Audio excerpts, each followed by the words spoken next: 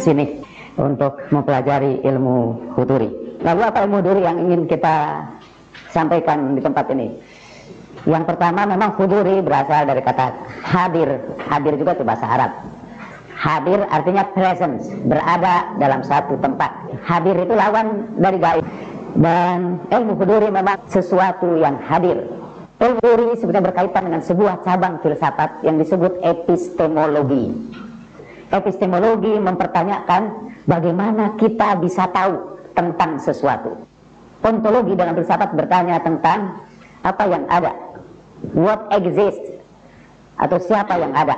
Kita mempertanyakan keberadaan sesuatu. Nah, kita bicara tentang ontologi. Jadi ontologi bicara tentang wujud, bicara tentang maujud, bicara tentang eksistensi, bicara tentang esensi. Itu pelajaran ontologi. Kalau kita bicara tentang nilai, tentang baik dan buruk, tentang bagaimana kita mengetahui bahwa perbuatan itu baik atau buruk, para filsuf menyebutnya aksiologi, ilmu tentang nilai. Nah, epistemologi bukan ilmu tentang nilai.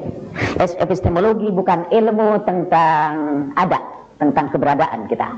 Tapi epistemologi adalah ilmu tentang ilmu. Jadi epistemologi adalah knowledge about knowledge. Bagaimana kita memperoleh ilmu? Apa yang disebut ilmu? Dan bagaimana kita bisa memperoleh ilmu?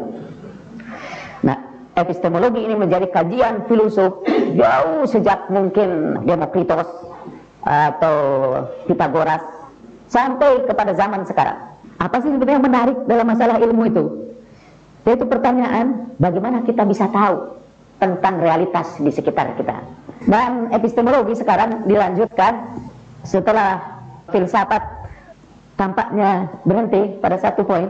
Ilmu pengetahuan melanjutkan untuk menjawab pertanyaan itu. Bagaimana otak bisa mengetahui tentang sesuatu? Tapi jawaban kita sederhana sih, yang tidak belajar filsafat. Nggak tahu. Saya bertanya ini, gimana kita bisa tahu? Bagaimana kita bisa tahu bahwa ada satu ilmu yang namanya ilmu huduri? Bagaimana kita tahu? Pasti jawaban kita karena membaca, karena mendengar. Bagaimana membaca bisa mengantarkan kita kepada pengetahuan itu? Bagaimana mendengar sesuatu bisa mengantarkan kita kepada sesuatu itu? Gimana? Bagaimana kok dengan membaca atau dengan melihat sesuatu kita bisa sampai kepada pengetahuan itu? Nah, paling tidak ketika kita mengetahui, saya ingin mulai ini ilmu huduri dari mula sadra, karena Mehdi Hairi Yazdi ini sebetulnya mufasir atau penafsir mutaakhir dari mula sadra. Saya ingin memperkenalkan dulu mula sadra sebelum kepada Mehdi Hairi Yazdi. Seperti pernah saya katakan sebelumnya, dahulu orang membedakan antara dua pengetahuan. Ada pengetahuan yang diperoleh dengan berpikir, dengan menggunakan akal kita. Pengetahuan itulah yang dihasilkan oleh para filsuf. Kemudian ada pengetahuan tertentu yang hadir dalam pikiran kita tanpa proses berpikir, tanpa proses membaca, tanpa proses berdiskusi. Pengetahuan seperti itu biasanya adalah pengetahuan yang dialami dalam tanda petik oleh para mistikus, oleh para sufi. Kedua aliran ini berpisah jauh. Para sufi asik dengan pengetahuan mereka, yang mereka pun nggak mau menyebut pengetahuannya ilmu, tidak mau menyebutnya ilmu, tapi mereka menyebutnya ma'rifat atau irfan. Jadi ada dua jenis pengetahuan, yang satu irfan dan satu lagi ilmu. Dua macam pengetahuan ini diperoleh dengan cara yang sangat berbeda. Di antara keduanya ada dua cara yang sangat berbeda. Di dalam sejarah filsafat Islam adalah mula sadra yang menggabungkan keduanya dalam sebuah filsafat yang ia namai meta wisdom, ya, di luar kebijakan itu, di atas kebijaksanaan itu. Kalau filsafat mencoba menemukan kebijaksanaan, mula sadra mencoba menggapai di luar, di atas kebijaksanaan itu. Dalam bahasa Arabnya disebut al-hikmah al-muta'aliyah. Sayyid Hussein Nasr menggambarkannya sangat bagus. Jadi filsafat itu pernah terhenti di seluruh dunia Islam. Dunia Islam mengalami musim dingin dalam filsafat yang panjang, kata Sayyid Hussein Nasr. Sempatlah filsafat itu mengalami musim semi sebentar dalam sebuah, mungkin di timur Islam bagian barat, ketika muncul Islam bagian barat maksudnya di Spanyol, ketika muncul orang-orang seperti Ibn Arabi. Ibn Arabi adalah seorang sufi, tetapi tasawuf yang diajarkan bukan hanya sekedar tasawuf amali, tapi juga tasawuf nazari, tasawuf yang dekat-dekat dengan filsafat. Ketika di dunia Islam yang besar filsafat betul-betul mati, itu di Iran, khususnya di sekolah Isfahan, kata di madhab Isfahan, muncul beberapa pemikir filsafat. Dan menarik bahwa tradisi mengajarkan filsafat terus berlangsung di Iran dan merupakan bagian dari pelajaran-pelajaran pesantren. Ya, logika pada mereka tetap diajarkan terus menerus. Misalnya Al-Manzumah, ada guru-guru yang meneruskan tradisi filsafat, mengajar murid-muridnya secara lisan. Tapi filsafat mereka pada umumnya hanya melanjutkan tradisi filsafat Islam saja. Dalam perkembangan mutaakhir, ada para filosof Iran yang kemudian mencoba mempelajari filsafat Barat. Di Universitas Tehran, di bagian ilahiyat, di sana ada jurusan teologi, jurusan ilahiyat. Salah seorang murid Mutahari sekarang belajar di situ. Mariatang, seorang perempuan dari sini belajar di sana. Di antara guru-guru Mariatang adalah Zahra Mustafawi, putranya Imam Khomeini, yang mengajar filsafat di situ. Termasuk pengajar Mariatang di jurusan ilahiyat adalah anaknya Syahid Mutahari yang pernah berkunjung ke sini. Dan di ilahiyat sekarang mereka bukan saja berkenalan dengan tradisi filsafat selama berabad-abad, mereka juga berkenalan dengan filsafat Barat. Nah, Mehdi Hair Yazdi mempelajari filsafat di situ, di ilahiyat itu, tapi setelah itu dia pergi ke Kanada, ke McGill University, dan dia berkenalan dengan epistemologi mutaakhir, termasuk dari Wittgenstein, Husserl, fenomenologi Husserl, dan pragmatismenya filsafat orang Amerika. Dia menguasai bukan saja epistemologi Islam, juga epistemologi Barat.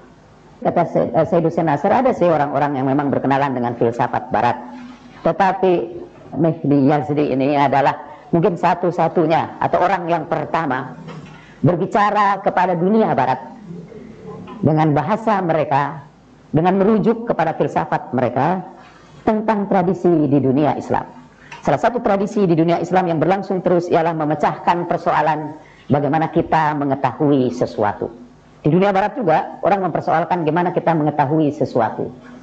Saya ingin sekarang mulai dari dunia Barat sendiri, ya, dengan bahasa yang sangat sederhana. Walaupun katanya ada penelitian bahwa orang yang berpuasa cenderung berpikir filosofis. Dalam keadaan lapar, mereka biasa berpikir filosofis.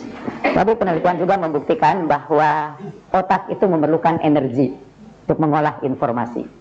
Jadi kalau tidak ada makanan yang masuk, kita lebih cenderung untuk berimajinasi ketimbang berfilsafat. Nah, itu saya ingin bicara yang ringan-ringan aja tentang filsafat. Salah satu aliran dalam filsafat adalah empirisisme, aliran epistemologi ini. Empirisisme berpendapat bahwa kita hanya bisa mengetahui sesuatu yang empiris. Ketika kita mengetahui sesuatu, ada rukun mengetahui itu. Rukun ilmu pengetahuan. Rukun yang pertama, sama seperti rukun kawin. Rukun kawin itu, rukun nikah.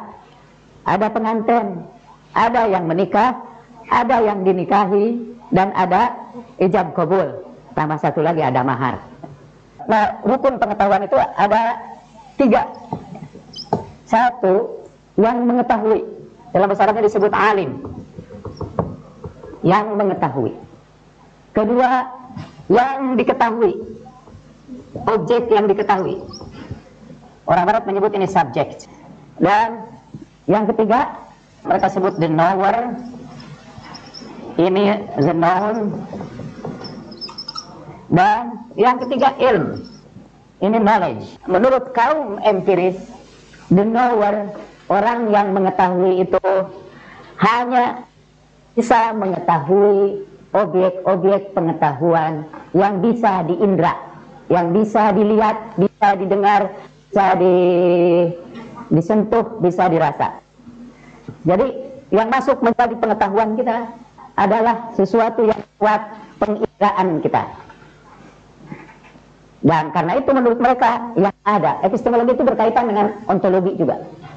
Karena itu yang ada hanyalah yang bisa diindra, yang bisa diverifikasi secara empiris, ada bisa dibuktikan keberadaannya dengan melalui proses percobaan. Dan dalam mazhab empirisme, alim dengan maklum itu terpisah. Jadi ada objek yang ingin kita ketahui dan ada subjek yang mencoba untuk mengetahui. Hasil hubungan subjek dengan objek itu adalah ilmu pengetahuan. Karena itu beberapa filsuf Islam seperti Abu Musa al-Asy'ari berpendapat bahwa tidak ada pengetahuan itu sebetulnya. Yang ada hanyalah hubungan antara yang mengetahui dengan yang diketahui. Dia sebut itu al-idhafah. Yang ada hanyalah al-idhafah, hubungan antara mengetahui dan yang diketahui. Itu menurut mazhab empirisme. Tokoh empiris yang terkenal adalah John Locke. Bahwa sebetulnya kita ini tidak punya pengetahuan apa-apa kalau kita tidak melihat sesuatu. Ketika bayi itu lahir, kata John Locke, bayi itu tidak tahu apa-apa. Sebelum John Locke, orang berpendapat bahwa ilmu itu dibawa lahir. Sebelum lahir ada ilmu tertentu yang kita peroleh tanpa penginderaan. Dulu itu disebut innate ideas. Kalau menurut Plato ada satu dunia sebelumlah kita lahir, itu dunia idea, dunia ide, dunia gagasan. Dalam bahasa Indonesia ya, kita tidak begitu familiar dengan kata idea itu. Dalam bahasa Inggris idea itu jadi percakapan sehari-hari anak kecil. Kalau Mehdi, karena dia bahasa Inggris, saya takjub juga tiba-tiba dia lagi nonton televisi loh, dia bilang, "Aki-aki, I got ideas." Hebat, ini udah berfilsafat. Karena kita biasa berbicara kalau kita bicara tentang idea. Tapi idea itu adalah kata biasa, yaitu pikiran atau pengetahuan. Saya tiba-tiba muncul satu gagasan, I got ideas. Kemarin itu hanya sekedar penjelasan ini. Saya pergi ke Lombok, dan di Lombok berjumpa dengan seorang dosen yang rupanya pernah menjadi murid Noam Chomsky. Hebat itu, ada orang Lombok, doktor, dia pernah berguru kepada Chomsky dan dia menyimpan banyak sekali buku Chomsky. Chomsky itu adalah orang Amerika yang sangat anti-Amerika, orang Yahudi yang sangat anti-Yahudi, yang pikirannya sangat kritis. Dia seorang penulis buku yang paling tidak disukai oleh seluruh presiden Amerika, karena dia menganggap bahwa penjajah terbesar sekarang ini adalah Amerika. Dan dia ini ahli bahasa, juga seorang filosof. Dia filosof, juga ahli bahasa, dia ahli linguistik. Penemuan dia adalah transformational grammar, bahwa sebelum anak itu lahir, anak sudah punya grammar. Dalam otaknya itu sudah dipersiapkan grammarnya itu. Tapi kita bukan ahli bahasa ini sekarang. Jadi bahwa ternyata ada innate ideas, kata John Locke. Noam Chomsky ini, buku Noam Chomsky tentang hegemoni Amerika, itu diperlihatkan di sidang umum PBB oleh Presiden Chavez, ya, bukan Presiden Kuba, Venezuela, sambil dia bicara tentang, dia peringatkan Amerika bahwa setan itu ada di negeri kalian, bahwa setan itu kemarin baru berbicara di mimbar ini, kata dia, and I smell the sulfur, dan aku mencium bau belerang. Maksudnya George Bush baru saja bicara di situ, dan dia menyebut kemarin setan itu bicara di sini. Itu hebat itu. Lalu dia perlihatkan buku Noam Chomsky untuk mengetahui tentang kejahatan setan itu, bacalah buku ini, kata dia. Para pemimpin dunia. Itu hebat, berani itu orang Venezuela. Sampai jauh di ujung sana di Lebanon, Said Hussein Nasrullah dalam pembicaraannya di hadapan massa memuji Presiden Chavez ini sebagai tokoh kemanusiaan, pahlawan besar dari kemanusiaan. Sayang saya tidak dengar pidato Said Nasrullah itu. Siapa dari cerita yang memberitahukan kepada saya ada dari Fatimiyah berita, tapi saya tidak sempat karena lagi diskusi di Paramadinah. Nah, kata John Locke, tidak ada itu innate ideas itu. Ketika bayi itu lahir, bayi itu dalam keadaan dia sebut seperti meja lilin aja, seperti tabula rasa. Jadi yang disebut pengetahuan itu ialah apa yang direkamkan oleh alat-alat penangkap dunia ini. Yang menangkap dunia kita ini adalah penginderaan. Oke. Kemudian ada seorang Romo, mungkin gereja Anglikan, namanya Berkeley, seorang Romo dalam agama Kristen, umat Kristiani yang namanya Berkeley, mengikuti logikanya John Locke. Sesudah John Locke kan ada David Hume. Dari mana kita ini mengetahui sesuatu? Itu sebetulnya kita sampai kepada pengetahuan melalui apa yang kita lihat itu kan, stimulus-stimulus itu, kita gabung-gabungkan stimulus itu dan hubungannya satu sama lain. Ketika saya melihat Anda di sini, saya melihat dan menghubungkan Anda dengan sesuatu yang lain lagi. Misalnya saya menghubungkan Anda dengan konsep manusia, atau saya menghubungkan Anda dengan umat Islam, bulan puasa. Pokoknya ada sejumlah apa yang pernah saya lihat itu dihubung-hubungkan, atau diri Anda sendiri saya hubungkan dari rambutnya dan sebagainya. Kemudian saya memperoleh gambaran. Locke menyebutnya association. Dengan asosiasi itulah kita membentuk pengetahuan. Nah, kata Berkeley, bayangkanlah seluruh alat indera kita ini mati. Jadi mata kita buta, telinga kita tuli, terus indera perasa kita ini juga, indera perasa kita hilang. Apa yang akan terjadi? Kita tidak mengetahui apapun.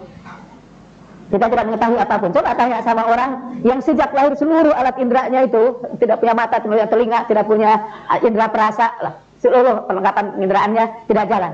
Tanya, apa yang kamu ketahui? Pasti dia akan mengatakan nothing. Bahkan dia tidak ketahui juga yang bertanya juga, karena tidak kedengaran kan. Bahkan dia tidak tahu apa-apa. Dunia ini sepi, nothing exists. Tapi ada. Nah, ini hanya pengantar kepada ilmu Khuduri itu. Tapi menurut saya masih ada yang dia ketahui. Kalau seluruh dunia ini tidak kita ketahui, masih ada yang dia ketahui. Yaitu apa coba? Hah? Dirinya sendiri. Ya. Dia tahu bahwa dirinya ada, dan bahwa dirinya sedang memikirkan apakah ada sesuatu di luar ini. Jadi ada. Ya. Ada orang yang namanya Descartes. Kata dia, sebetulnya ada dua dunia yang ingin kita ketahui itu. Satu diri kita dan satu dunia luar yang merupakan perluasan dari dunia kita. Dia menyebutnya res extensa. Saya tulis istilah-istilah itu hanya sekedar ini ajalah, nanti kalau kita bicara filsafat nyebut istilah-istilah yang sebetulnya juga tidak terlalu penting buat kita ketahui. Jadi ada res extensa. Nah, kata Berkeley, sebetulnya pada Hume, kata David Hume, masih dari kaum empirisis ini. Kalau kata John Locke, yang ada itu hanya matter, ya, hanya ada materi, karena materi itu bisa diindra. Kalau tidak bisa diindra, ya tidak ada lah. Yang ada hanya materi. Kata Hume, sebetulnya bayangan-bayangan itu apa yang kita lihat, yang kita dengar, yang itu kita organisasikan, kita susun, dihubung-hubungkan, itu yang kita lihat tuh. Kita melihat dunia itu tidak seperti sesuatu yang kacau balau. Kita memberikan makna kepada dunia ini. Nah, yang memberikan makna itu sebetulnya bukan materi itu, bukan alat-alat indera itu. Yang memberikan makna itu adalah jiwa kita. Jadi menurut David Hume, matter itu tidak ada sebetulnya. Yang ada itu adalah mind. Yang ada itu adalah jiwa. Matter itu tidak ada.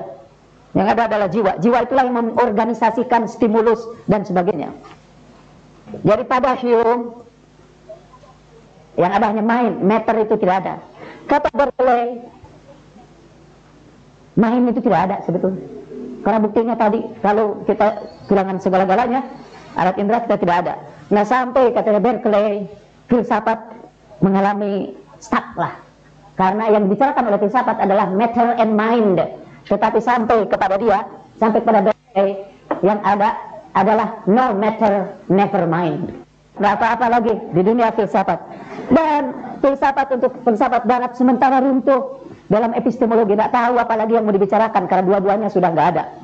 Sampai ada guru geografi di sebuah SMA di Jerman, sambil mengamati alam semesta sebagai guru geografi, dia juga mulai berfilsafat. Dan dia berkata, betul itu John Locke, bahwa kita mengetahui sesuatu melalui alat indera kita. Dan betul juga Hume, bahwa pikiran kita lah yang memberikan makna kepada seluruh stimulus yang ada di sekitar kita itu. Tetapi, kata dia, kita harus bedakan antara dua hal. Kalau kita ingin mengetahui sesuatu, objek yang ingin kita ketahui itu terdiri dari dua hal. Dia sebut satu, noumenon, dan satu lagi, phenomenon. Saya ini orang sebagai guru sangat berkepentingan bahwa pembicaraan saya ini dipahami, walaupun saya sendiri sebetulnya tidak begitu paham. Dan untuk bisa dipahami betul, saya harus memberikan contoh. Fenomenon adalah realitas seperti tampak kepada kita. Realitas seperti tampak kepada kita. Dan yang menentukan realitas itu seperti apa, bergantung kepada alat indera kita, alat penglihatan kita. Mungkin ada sesuatu yang sudah ada sejak ribuan tahun yang lampau, tapi tidak pernah kita ketahui ada, karena tidak pernah kita indrai, tidak pernah kita tangkap dengan panca indera kita. Dalam Perang Dunia Kedua, itu ada kapal selam yang mempunyai alat untuk mendeteksi adanya kapal selam yang lain di bawah. Jadi ada kapal perang lah yang bisa mendeteksi ada kapal selam di bawah. Ada alatnya. Tiba-tiba alat itu bergetar, tahu dia bahwa ada kapal selam di bawah, kirim bom di situ sesuai dengan arah suara itu. Satu saat itu kapal itu sampai di satu tempat dan dia mendengarkan itu getaran itu sama dengan getaran kapal selam. Dia bom, tidak ada apa-apa. Getaran itu terus saja, dibom lagi, terus. Tahu-tahu selidik punya selidik masuk ke dalam laut, tidak ada kapal selam di situ, tapi ada sejenis ikan laut yang berada di dasar laut yang menyebarkan getaran-getaran yang persis seperti getaran kapal selam. Frekuensinya itu. Makhluk laut itu sudah ada di situ mungkin ribuan tahun, tapi orang tidak mengetahui keberadaannya karena tidak ada alat yang untuk mengetahuinya. Jadi sesuatu itu ada karena kita punya alat untuk mengetahuinya. Guru ilmu bumi itu namanya Immanuel Kant. Dialah sebetulnya yang menghidupkan kembali filsafat setelah dikubur kan lama berkat guru ilmu bumi SMA itu. Kata Immanuel Kant, dunia itu ada dua, dunia seperti tampak kepada kita dan dunia seperti apa adanya. Dunia yang tampak kepada kita itu disebut fenomenon yang ditangkap oleh indera kita. Tapi ada dunia pada dirinya sendiri. Dia menyebutnya das Ding an sich. Das Ding an sich. Diri, sesuatu pada dirinya sendiri. The thing in itself, ya. The thing in itself. Das Ding an sich. Nah, seperti gini. Anda lihat meja ini hijau. Ada pengetahuan dari Anda bahwa meja ini hijau. Tapi sebetulnya, yang sebenarnya meja itu mantulkan warna hijau. Karena pengaruh cahaya ini, maka memantulkan warna hijau. Coba kalau cahayanya ini diubah, misalnya dengan cahaya warna yang lain, atau kalau tidak ada cahaya, tidak ada warna sama sekali dia tidak memantulkan cahaya. Tapi kalau cahayanya diubah aja, dia bisa tampak kemerahan. Dia bisa berubah-ubah warna ini. Warna meja sebenarnya tidak ada yang tahu. Karena warna ini tergantung satu kepada cahaya. Dan Anda melihat meja ini sebesar begini. Dari depan saya, ini sebesar gini. Dari jauh, dia mengecil. Makin jauh, makin kecil lagi. Tapi kalau Anda dari jauh pakai kamera lalu di zoom in, dia akan membesar lebih dari biasa. Jadi berapa besar meja itu? Nobody knows. Meja itu besarnya berapa? Karena besarnya meja bergantung kepada alat-alat untuk mengindra itu. Kata Newton, sekiranya kita terjun ke laut, maka ikan yang akan kita tangkap bergantung kepada jejaring yang kita miliki, bergantung kepada jala yang bisa ditangkap masuk itu, bergantung itu kepada lubang jala itu. Kalau lubangnya kecil-kecil, yang masuk ikan teri. Kalau lubangnya besar, bisa masuk ikan hiu juga. Jadi apa yang kita tangkap dalam jala itu bergantung pada lubang jala itu. Begitu juga dunia yang kita tangkap sangat bergantung kepada penglihatan kita. Apa yang dunia yang tampak itu disebut fenomenon. Tapi dunia itu pada dirinya sendiri tidak ada yang tahu. Dia sebut itu das Ding an sich. Mungkin itu terlalu ini ya. Tapi secara psikologis ada banyak Jalaluddin. Ada Jalaluddin menurut istri saya, ada Jalaluddin menurut anak-anak saya, ada Jalaluddin menurut murid-murid saya. Juga setiap murid punya Jalaluddin yang berbeda-beda. Tergantung kepada mereka yang menanggapinya. Ada Jalaluddin menurut Jalaluddin sendiri. Itu semua fenomenon.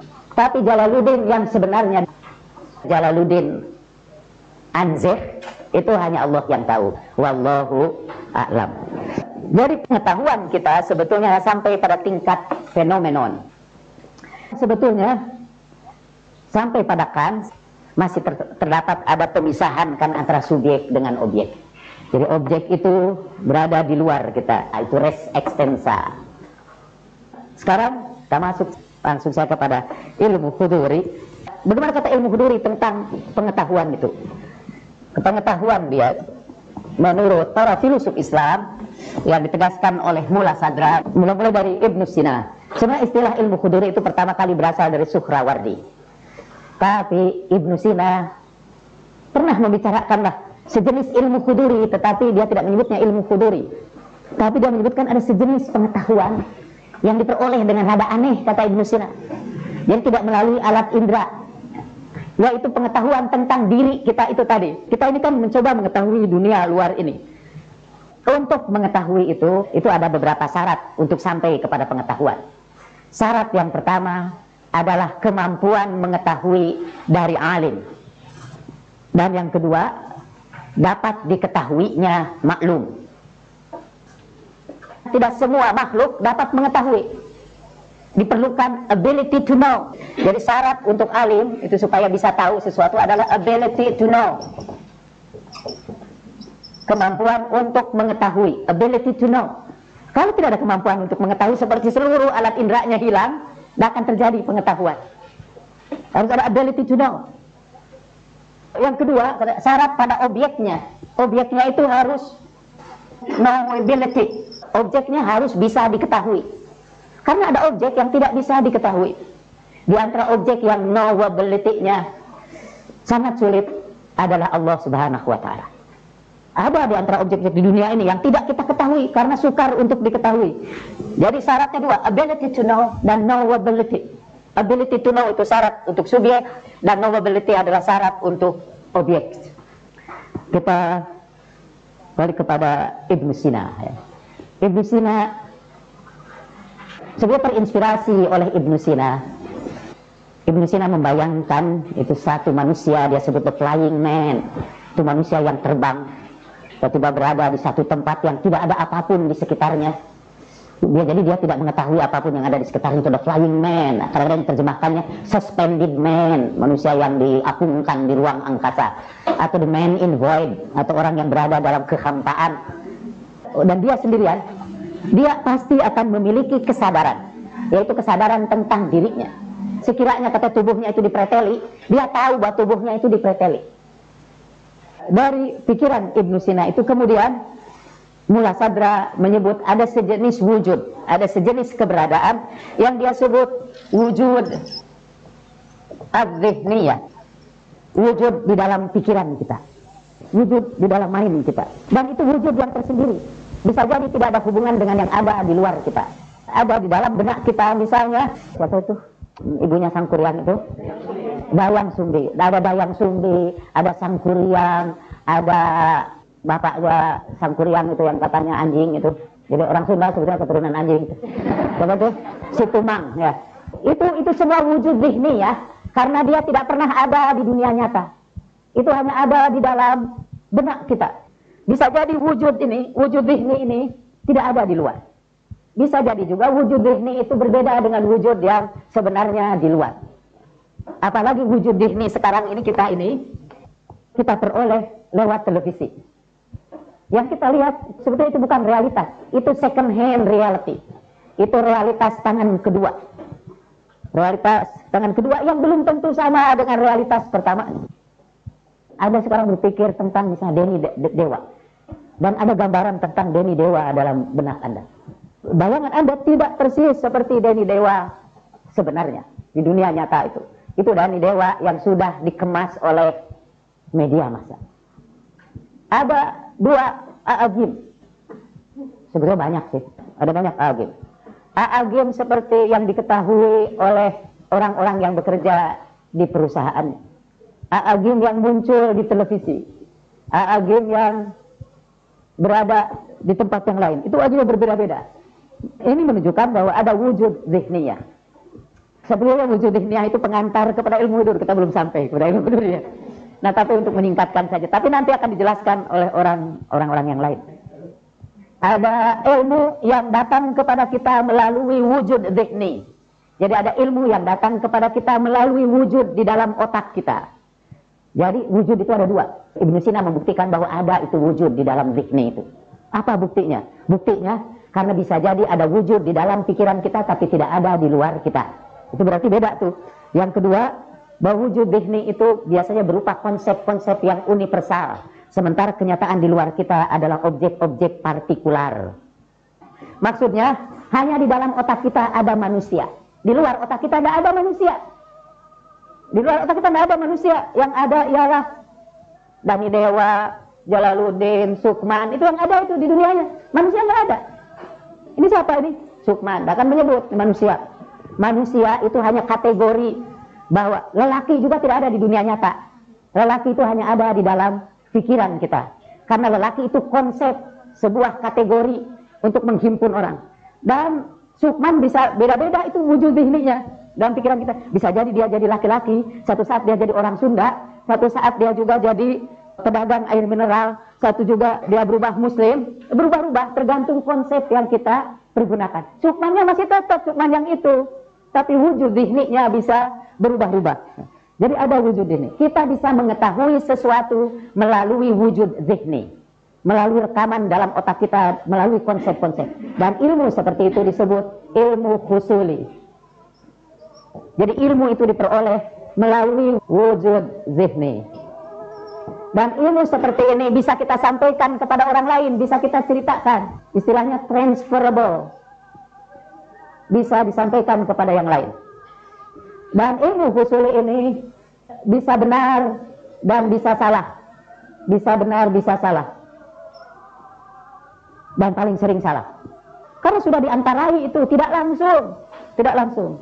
Nah, kemudian ada ilmu yang kita peroleh tanpa melalui wujud zihni. Tapi karena objek itu hadir di hadapan kita, tanpa melalui wujud zihni. Seperti ketika kita tadi, dari yang kedua, yang menyebutkan, ketika kita ingin mengetahui diri kita, kita menyadari diri kita.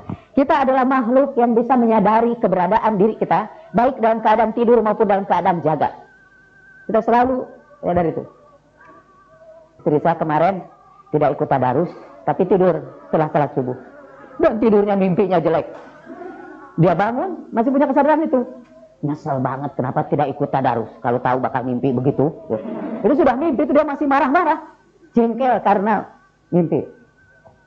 Ada mimpi yang tidak menyenangkan hatinya. Jadi bahkan ketika tidur pun dia menyadari kan apa yang dia alami itu. Nah, kesadaran akan diri itu tidak diperoleh melalui wujud zihni, tapi dia diperoleh langsung. Dengan satu pengalaman langsung. Objek itu present. Dan lagi menarik, ketika diri itu mengamati diri sendiri. Jadi ini, kalau begitu ciri ilmu huduri itu tanpa wujud zihni. Tanpa wujud zihni. Dan yang kedua, karena itu hubungannya sangat pribadi antara dia dengan yang diketahuinya itu, maka ilmu ini, pengetahuan ini tidak bisa dipindahkan, tidak bisa disampaikan sama orang lain, tidak transferable. Karena hubungan antara ilmu itu dengan diri orang itu bisa berbeda-beda tergantung siapa orangnya, dan karena itu tidak bisa dipindahkan kepada yang lain, non-transferable. Dan yang ketiga, katanya ilmu huduri ini udah pasti benar. Dia tidak pernah salah. Karena dia berada langsung pada dirinya sendiri. Dan yang menarik sebetulnya yang keempat ciri itu, dalam ilmu huduri itu, alim dengan maklum itu bergabung jadi satu. Jadi ketika kita ingin mengetahui diri kita misalnya saya ingin membuat statement tentang diri saya. Saya lapar, saya tahu, saya lapar. Perkataan saya tahu, saya lapar, sebetulnya juga bisa diterjemahkan jadi saya lapar. Jadi di situ kata ontologi dan epistemologi bergabung. Karena yang mengetahui dan yang diketahui itu sama, itu juga. Dan itu kita yakin. Jadi kita yakin benar bahwa diri kita ini ada. Itu yakin benar. Karena kalau kita tidak yakin, kita tidak akan bisa mengatakan bahwa diri kita ada. Kalau kita tidak yakin bahwa diri kita ada, pasti tidak kita akan ngomong. Karena siapa yang ngomong itu? Yaitu yang ada itu. Jadi dalam mengamati diri sendiri itu, itu salah satu contoh ilmu huduri adalah ilmu tentang diri kita. Kesadaran tentang diri kita. Itu tanpa wujud zihni, non-transferable. Ini tidak bisa disampaikan. Dan yang sejenis ilmu huduri itu adalah pengetahuan tentang Tuhan. Pengetahuan tentang Tuhan juga tidak bisa dipindahkan kepada yang lain. Kalau dia dipindahkan, Tuhan harus diubah menjadi konsep-konsep. Menjadi wujud zihni dulu. Ketika Anda menyembah Tuhan, maka sebetulnya yang Anda sembah bukan Tuhan. Tapi yang Anda sembah adalah wujud zihni Anda tentang Tuhan. Konsep Anda tentang Tuhan. Gambaran Anda tentang Tuhan. Itu yang Anda sembah. Dulu orang menggambarkannya dalam kayu dan disebutlah berhala. Sebetulnya di dalam otak Anda juga yang Anda sembah itu bukan Tuhan yang sebenarnya. Yang Anda sembah adalah berhala-berhala. Gambaran dari pikiran Anda. Walhasil kebanyakan dari kita musyrik karena tidak menyembah Tuhan itu langsung, tapi menyembah Tuhan melalui ilmu khusuli, melalui wujud zihni yang ada dalam benak kita. Itu hanya sekedar untuk bahan renungan filsafat sepulang dari sini. Kemudian bertobat, ya Allah. Karena itulah di antara doa Nabi, Allahumma arinil asya kama, apa siapa pernah baca itu? Tuhan perlihatkanlah kepadaku segala sesuatu itu seperti apa adanya. Jadi sebenarnya doa Rasulullah berharap beliau menyaksikan noumenon itu instead of phenomenon. Nah, Mullah Sadrallah dan para filosof Islam yang memberikan jawaban bahwa kita bisa sampai kepada noumenon itu tanpa melewati wujud zihni itu. Bacalah buku ini sampai akhir. Dan insya Allah setelah ini kan siapa yang akan menjelaskan ini objek imanen dan objek transitif, ya. Pengetahuan dengan keadaan. Nah, ini untuk ilmu usul itu ada orang nyebut itu di sini, kalau di sini itu pengetahuan dengan korespondensi. Kalau saya menyebut ini knowledge by representation. Dan kalau ini knowledge by presence. Knowledge by representation, knowledge by presence. Atau ini disebut acquired knowledge, ya. Ini ada juga menyebut ini disebut acquired knowledge.